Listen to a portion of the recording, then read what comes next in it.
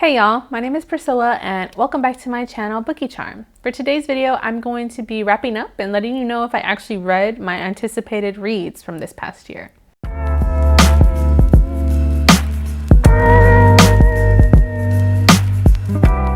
So I actually didn't come out with an anticipated reads video for the year 2020. I posted it on my blog post, RIP to my blog post, because I didn't post much there this year, which is totally okay. I'm really selective of the books that I pick for my anticipated reads, and I try to get through them. So I'd like to share with you which ones might be worth your while. And I'm going to be going through this list in the order that I read them or maybe they were published. So let's start with Sana Sana and Homie by Danez Smith, because I read both of these around the same time and I actually reviewed both of them this year. So really happy to link that video up above for you if you'd like to know more about them. But both of these are poetry collections that are written by Black queer poets. And I saw a lot of the same themes within them and I enjoyed reading them back to back. Sana Sana in particular is probably a new favorite of mine. She's a Black Mexican poet. She writes about Black girlhood and healing and just really stunning work. Debut, so definitely going to check out more from Ariana Brown as she publishes more works. And Homie was my follow-up to Boys Aren't Dead, All Boys Are... I'm forgetting the name of the title. That was one of my favorites from the year before, and I thought Homie was a really, really great follow-up. And there's still some poems in here that I think about all the time.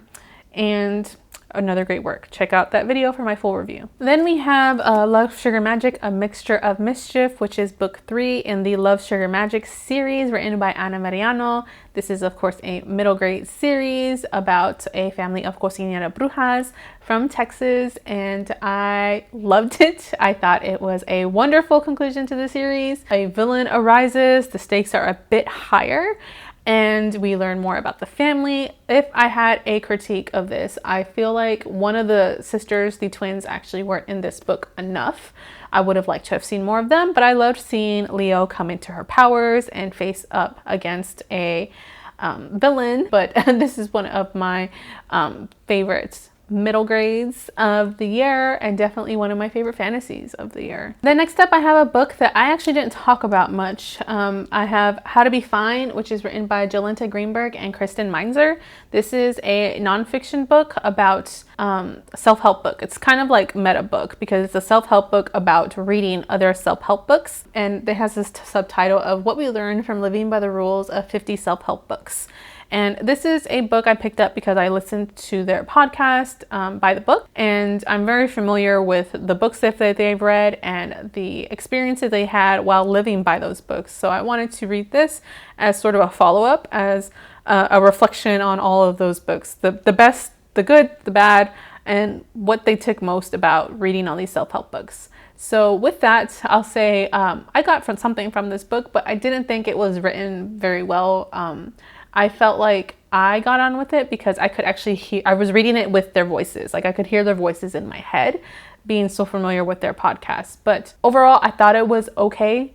I might be unhauling this, which is kind of sad to say because I think that it was interesting at the time, but not a very lasting impression. It was a fine book.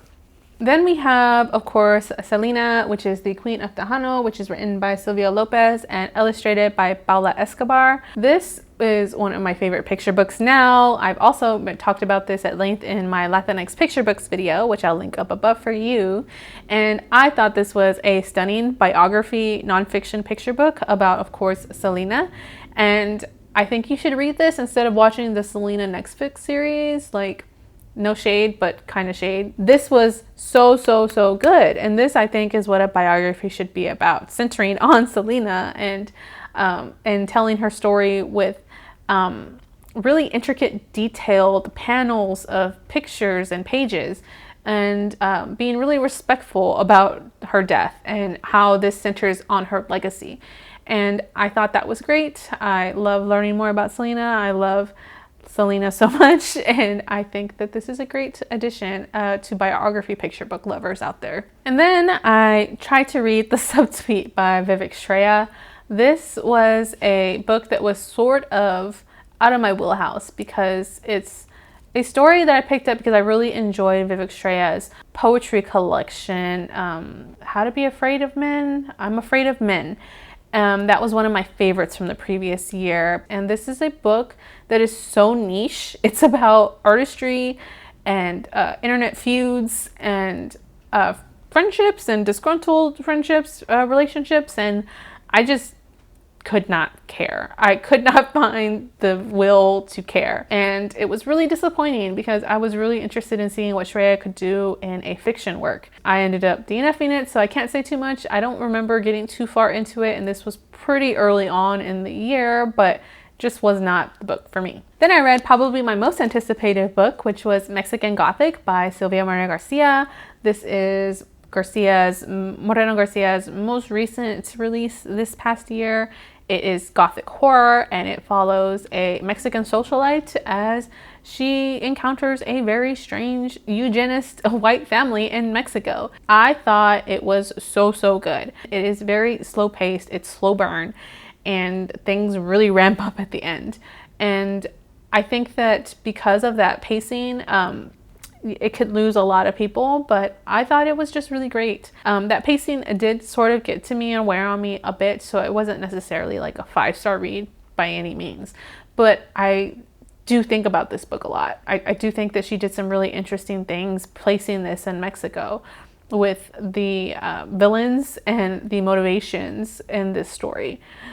Without giving away too many spoilers, that's what I come back to and think about a lot. It's one of the reasons why I can't listen to white British dudes on my Headspace app, because I hear the Doyles in that all the time. So that's Mexican Gothic by Sylvia Moreno-Garcia. Then for the Latinx-a-thon, I picked up You Had Me at Hola by Alexis, Daria. This was a contemporary romance that follows two telenovela style stars that are trying to break into the English market with a Netflix-like streaming service show, and how they're filming it together and how they kind of work together and get to know each other and fall in love with each other. Both of the main characters in this book, I thought, explored Latinx identity in really interesting ways. Jasmine, the female protagonist, is struggling with like Spanish language and other little cultural things. Her co-star is from Puerto Rico and kind of suffering from some trauma. And I think that those explorations are what I really loved about this book the most. A lot of people talk about how they enjoy how the show is shown, like you see like the script and how they're acting out parts of the show in interchangeable chapters in this book. And I really didn't care too much about that. So I really liked the Latinx portions of this, the cultural, the discussions of identity, and how they kind of got to know each other because of their struggles in acting. That's what I liked most about this book. So a really great first book to pick up from Daria. Definitely looking forward to more work from her. And the last book that I anticipated was The Death of Vivek by Akwaeke Emezi. And I listened to this exclusively on Libro FM, so thank you so much for them. Not sponsored, I'm just a really big fan of Libro FM. This is a book that's really hard to talk about, and I would not blankly recommend, and I wish people would talk about with a bunch of trigger warnings, because this book is really sad and really hard to read, and it is about someone dying and their life and what led them up to their death. And it is a very traumatic journey filled with all kinds of abuse, violence, and sexual abuse and assault and religious things that I think people should talk about more. But listening to Emezi talk about this book, I think, is my favorite part after reading this, because they speak of the reincarnation of trans folks and how trans folks can be in a state that is not definitive. And I think that that is what this book is about. So yeah, I had to cut myself off because I was going off on a bunch of tangents, but this book is good and it is heart-wrenching, and it like tore me apart after I finished it. But I would say it is not for the faint of heart. It is not for everyone. And I would really hope for you to seek out other trans reviewers and non-binary reviewers. There is a lot in this to unpack, and it is not easy to do in a simple review. So that was this book. I have as time has gone by, I have some conflicting feelings about it, but I think it is very, very well written, and that's why you'll hear more and more about this as the end of the year sorts of reviews come out. So this video was completely not planned, and I think that's going to come across, but hopefully you got something from this. I don't plan on coming out with an anticipated reads list for 2021. I just haven't done enough work to do that, to come up with a list. I haven't put enough effort into it. I don't know if I will be setting like major goals for this next year. I'm still thinking about it, but it's already December 31st when I'm filming this, so the new year is upon us. So we'll see if that happens. But if you're looking for some anticipated books that I am kind of considering, I'll link some blog posts below. A Kernel of Nonsense, Alicia did a wonderful list of Latinx books that I think most of those I'm also anticipating as well. I think Jocelyn from Review of the Book put out a video recently for anticipated reads that I definitely added some to my list as well. So I'll make sure to link those and any others that I have found since filming this. But that's all I have for this video today. So let me know in the comments down below if you've read any of the books that I read, if you felt similarly or not to how I felt about them. But thank you so much for watching, and I hope to see you in the next video. Bye.